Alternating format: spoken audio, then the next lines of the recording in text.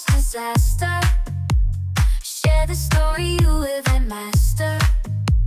Your planners reveal their tricks. Defend problem all with fix. Plan and tell what the wedding cake fell. Plan and tell. Get some candles to cover the smell. Hi, I'm Annie from PLANNIE. PLANNIE is a new marketplace platform where you can hire an event planner or day of producer on an hourly basis in most cities worldwide. My background is I am an event planner. I've worked in New York, Miami, LA, really, and done a ton of destination around the world. And just realized that there's this great big network of planners and day of producers. And also there's a growing need for people to be able to just like tap into a planner and talk to them for a couple hours or just have someone come for the day. And so that's PLANNIE.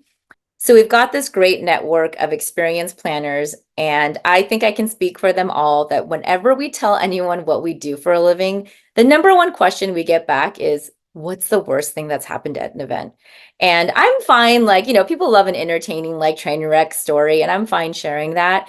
But for our purposes here, I want to make sure that we're doing it in a way that like someone's learning something. It's not to trash talk. It's really this what I call event disaster masterclass, because yes, there are classes and hospitality schools and things like that, but there are certain things that you just learn in the trenches. Once you've touched that hot stove, once, like you just never do it again. So I think this is a great way for event professionals, some of the top event professionals, to come in and be real and share the thing that went wrong, but how they came through, how they troubleshooted, problem solved, and solved the day, solve the problem, because it is a live show. That's what these events are.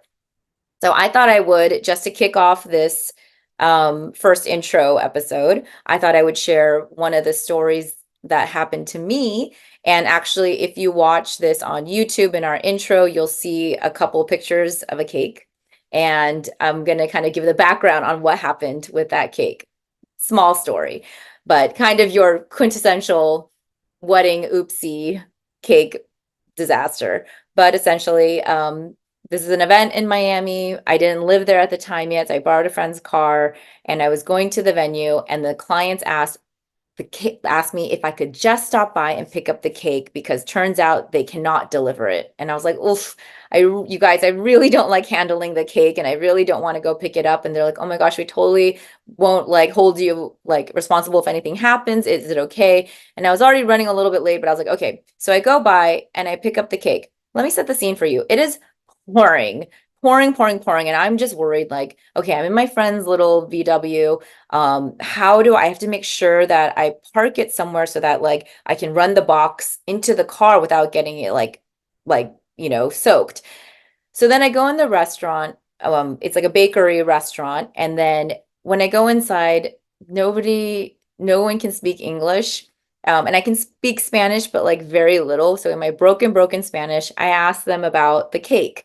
And so they're like, oh, yes. And so they show me to the back and I see the cake. It's a 3-tier cake and it's just sitting in the back, like on the counter. And I was like, okay, can I have the box for it? Right. And they tell me that there is no box. So that I'm just going to have to take the cake as is. So then I'm thinking like, oh God, I don't want to get my friend's car dirty with cake, like frosting all over it. And at the same time, like, how am I going to transport this cake in the pouring rain to the car? So I'm like, at least can you give me like a box, some like anything that I can like cover or like, use to put on the car seat so it doesn't touch the leather. So they give me like an open, basically like pizza box. And then I beg the parking lot security guy if I can like back up my car into this one part that's like covered. So I feel really good that I've gotten the cake into the car. And I asked them, I was like, what do you guys usually do? What do you usually do for cakes? And then they said, we don't usually do wedding cakes, which kind of was my first red flag, because if anyone doesn't know, wedding cakes are like building a small building. There's like I don't know the architecture, but I know that there's dowels and there's structural like beams basically that have to happen for you to be able to stack three tiers on top of each other. You can't just like stack three cakes. Um, but so next, I'm in the car. It's pouring outside, but at least the cake didn't get rained on. And then I don't even move. I mean, less than 5 miles per hour. Okay. I don't even leave the parking lot, and the top two layers completely slide off. I think it was a guava cake. So they had a very jellyish layer. And so it just completely slides off and into at least thank God I had the box there because it doesn't hit my friend's car and it hits the back of the thing. So I'm already late and I'm like, okay, there's literally nothing I can do about it. I can't ask them to bake a new cake. I doubt that they can like fix it anyway. I've got to get over to the venue. So I'm on the way to the venue. I just called my assistant, let her know, I'm gonna need some extra flowers, right? She's like, the florist had left. I'm like, okay, the cocktail flowers are not that important, right? So why don't we pull those? And I'm gonna need them because we're gonna have to fix this cake somehow once I get there. So I'm just driving. And I think this will be for me like one of my favorite memories of my career. I'm just driving my friend's car. It's not tinted. And next to me in the passenger seat is this completely collapsed wedding cake. And as I'm driving, there are people, there's like cars, especially like SUVs next to me. And I can see them look down. And I will never forget this one woman. I can read her mouth, like I can read her lips, and she's like, "Oh, Dios mío," which is basically like, "Oh my God" in Spanish. And she's just like freaking out. And I'm just sitting there like shaking my head, like, yes, yes, I know. Nothing I could do about it. So I'm just driving around getting like people's reactions to this collapsed wedding cake. I get to the venue. I feel like I'm in that, I forget the name of the movie, but the one where they're driving like those little cars inside a house. They're like robbers. Anyways, same thing. I get to the venue and they have no like awning. So I have to get this like exposed cake that's now half collapsed into the restaurant somehow without it getting further damaged by the pouring rain. So I'm a good driver, thank God.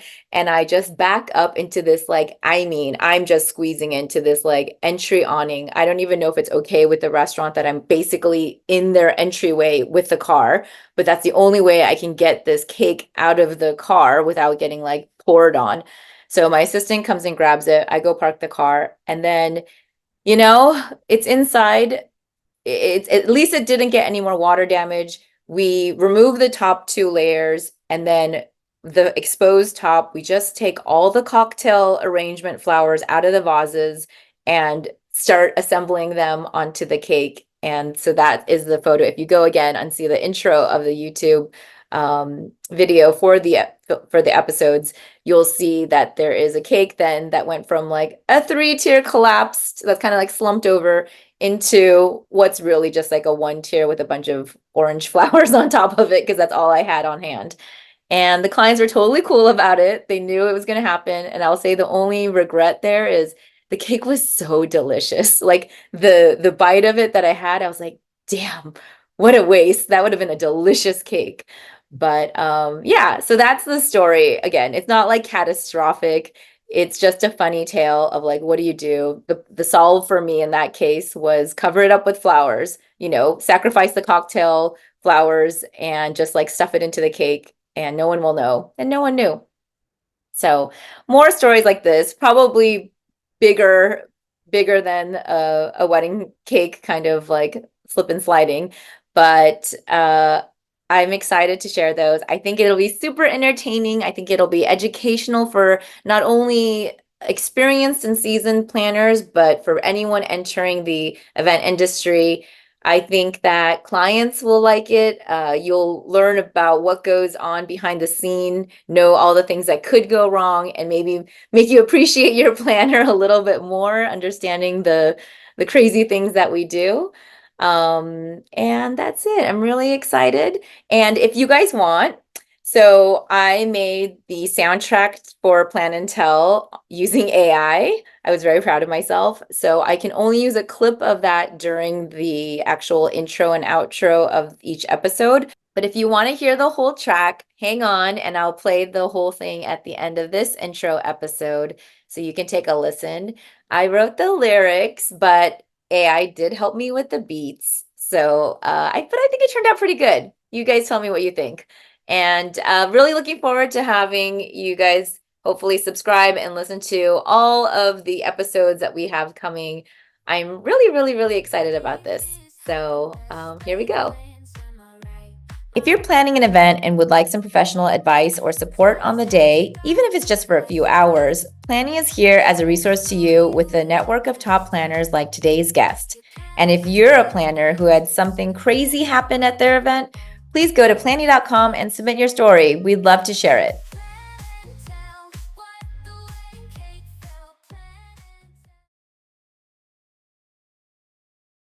Hurricanes, fires, double bookings, medical emergencies, oops, lost rings. You won't believe this happened, best laid plans. Am I right, my friend?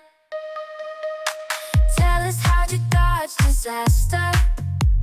Share the story you live and master. Your planners reveal their tricks, defend problems.